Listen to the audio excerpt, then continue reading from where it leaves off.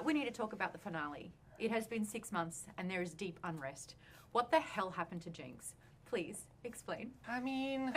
Yeah, we kind of don't want to explain. I saw it pretty clearly in my mind, right? Oh, can you share your perspective? My perspective? Oh, I mean, let's just say that, you know, I think all the people who saw the beginning of the show and then saw the end, like, everything is connected. So what you saw in the beginning connects to the end. You know, I think what we loved about it is that it was open to each person's interpretation, what they wanted to bring to the story. So, you know, I got to bring my own interpretation, Christian brings his, Bart brings his. Perfect political answer. I need more. Yeah, it's kind of like up to the viewer to decide. Yeah. Was there purposely an open door exit strategy in case you wanted to expand the story? I don't think that it was the open door exit strategy was with the intention to expand. I think what we did was the intention to complete the story the way that we felt best fit the characters. Jinx finally got to reclaim the agency that she never had that caused the trauma to begin with. And so, you know, she finally got to make the choice to save her sister, and it wasn't an accident, it was hers. Mm-hmm. So that kind of brought her arc full circle. And, you know, that was the most important thing. And the open door is just, what about Jinx's character that would, you know, also be a part of that journey? Well, I won't say, I mean, I do have my personal feeling, but I will not share, because there is no point, you know, it's just perfect the way it is. And I would ruin someone else's vision if I say mine, you know, so yeah, I've got like a strong feeling about it. Yeah. I will say though, there has been a lot of fan feedback. This animated series, I believe, has raised what animation is to the next level, and it has been so wonderful to see. And it's incredible seeing other IP and other properties coming forward, and everyone's like, oh my gosh, if this gets the Arcane treatment, it would be amazing. Have you taken on board some of these fan feedback, I guess, when you were developing and writing season 2? Did you listen to what the fans had to say, or were you purely on your own path? I mean, a lot of season 2, most, if not all, was written before season 1 even came out. It was all written before it came out, yeah, and then so it was we were boarding and still changing some things. Yeah, you had some wiggle room. Yeah. But you know, you were already committed to a lot of it. And I think in terms of, I think definitely it was confidence. Like when we really embraced music, for example, you know, in season 1 as like part of the DNA of the show, our acting choices and all that kind of stuff.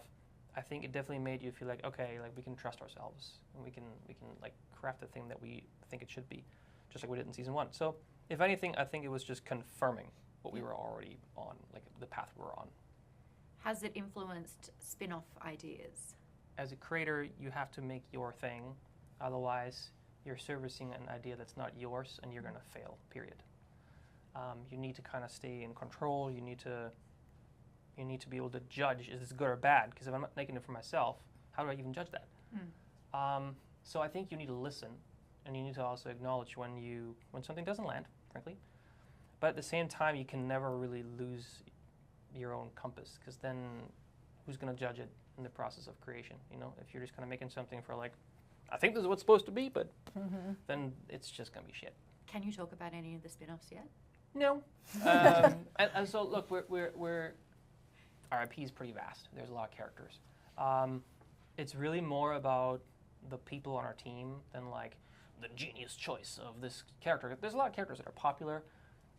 Doesn't necessarily mean that we want to focus on them, because it really just comes down to like among, you know, when we think about, for example, Pixar, you know, amazing studio that like they made a thing, and then there was like this trusted circle of people that all kind of got to become the captains of their own ship, if you will, you know, like, so I think that's what we're also looking for.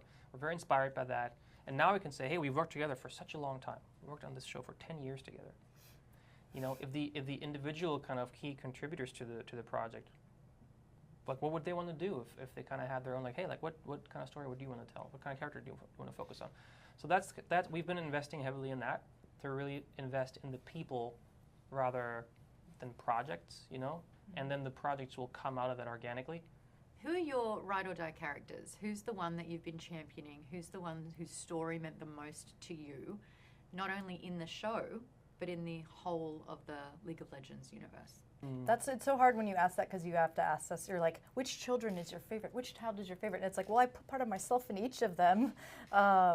So, you know, there are reasons that Vi is like, when I interviewed for the job, I like had Vi's haircut, you know, and I was... Pink hair and all? What? Did you have the pink It hair was and not everything? pink, but it was pretty much everything Shaved else. side. Shaved Amazing. side, and I studied martial arts, so I was like, I had a lot of like the boxing moves and stuff. So like, and then you put a lot of your, like my relationship with my brother and my sibling gets put into those characters, you know. So there's not like I love her, but then I also found a lot of myself in the Caitlyn character that we told, you know, where, you know, she thought the world was one way and then found out it was a different way. I love, you know, you find something to love in all of the characters. I mean, Jinx, like we put so much thinking into how she should be in the show that I would pick her just for that. But having said that, I have to admit we put the same amount of love into every character. Even like a character I first disliked very much, sorry Christian, but like Heimerdinger. I actually, you know, Why? well, because to me it was, you know, he wasn't in the first pilots, and we found a way to make it work, and it turned out to be adorable. And from an animation perspective, it's also relief, you know. Everything has to be so a lot of weight and physics and everything, and this little bouncy, funny character was also fun to animate. So, you know, yeah, I love them all. Is it canon that he's immortal, by the way? Immortal's a stretch. Let's just say he lives a long life. Heimerdinger is an interesting example. We actually looked to Charlie Chaplin, and in his case, like, Charlie Chaplin is just always so funny and so, like, you know, like slapstick and over the top. And when someone like that then kind of loses his smile and delivers a pretty serious, heartfelt message, it's very powerful. So I think that was a great inspiration. I'm happy that we made it work. When I brought him up the first time, people were like, how the hell is he gonna fit into the show? He's tiny but mighty. Yeah, so it was something to figure out and to kind of accept as a challenge, you know, and there were a bunch of those. I mean, yeah, like Bart said, Jinx was scary, you know, to realize, because you can very easily just kind of lose her in like the big cackling maniac, and you just don't really take her seriously anymore. You haven't discussed your favorite characters. Well, from the game we know who it is, right? Yes, I do play a lot of Heimerdinger. Jinx is very special just because every scene is entertaining, no matter what. Even just imagining like Jinx being a barista is fun. You know, just like anything that she would do is just like, it was gonna be, you know, madness, but in the most entertaining fashion, but probably people will die. Yeah, I would not drink it. So that's like what Ella had to pitch. I think she called it Jinx Drinks is her like her shop, and so she's just entertaining, you know. Victor, I think, is also just really special because there's like a delicacy. You know, Victor is a character like that, where like there's just something about him, you know, where you just want to know what's going on in his head. And Harry did such a wonderful job with the voice acting. So I think that was, yeah, it's just a joy.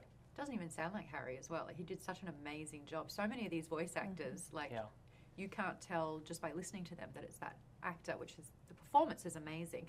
The animation style is fantastic as well.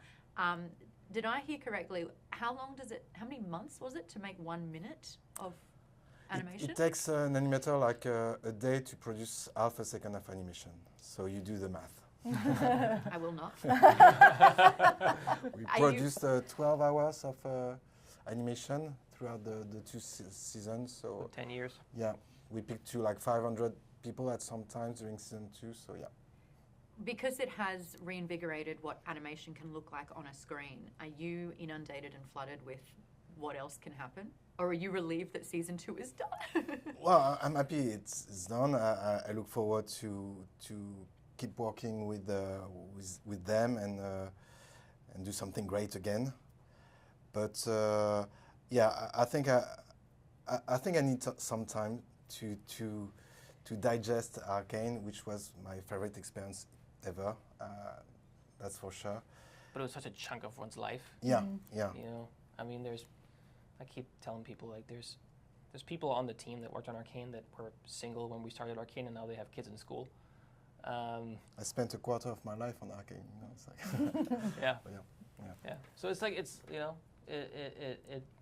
you do need a breather and like to kind of find closure with like a chapter. You know, like for so many years that's the thing on the horizon, and you can't really see it. You know it's there, but you're like, okay, well, the curvature is not really helping you here. Like it's still kind of can't really make it out, and then like suddenly it's there, and then it's behind you, and you're like, well, where do I go? You know, and like it's always given you. It was always your North Star, and suddenly, so it's a bit. I think it was for a lot of people. It was a bit a rug pull, you know, when you're suddenly done because it was such a long process. I'm very, very, very jealous of the live action world where it's like, I've written a script and it'll be out in a year and a half. You know, it's like that's insanity. For us, that's just like unimaginable. Yeah, he mentioned on Saturday that the kiss took 3 months to do. And I was like, oh, we do that in 3 hours on set. That's a lot of pashing.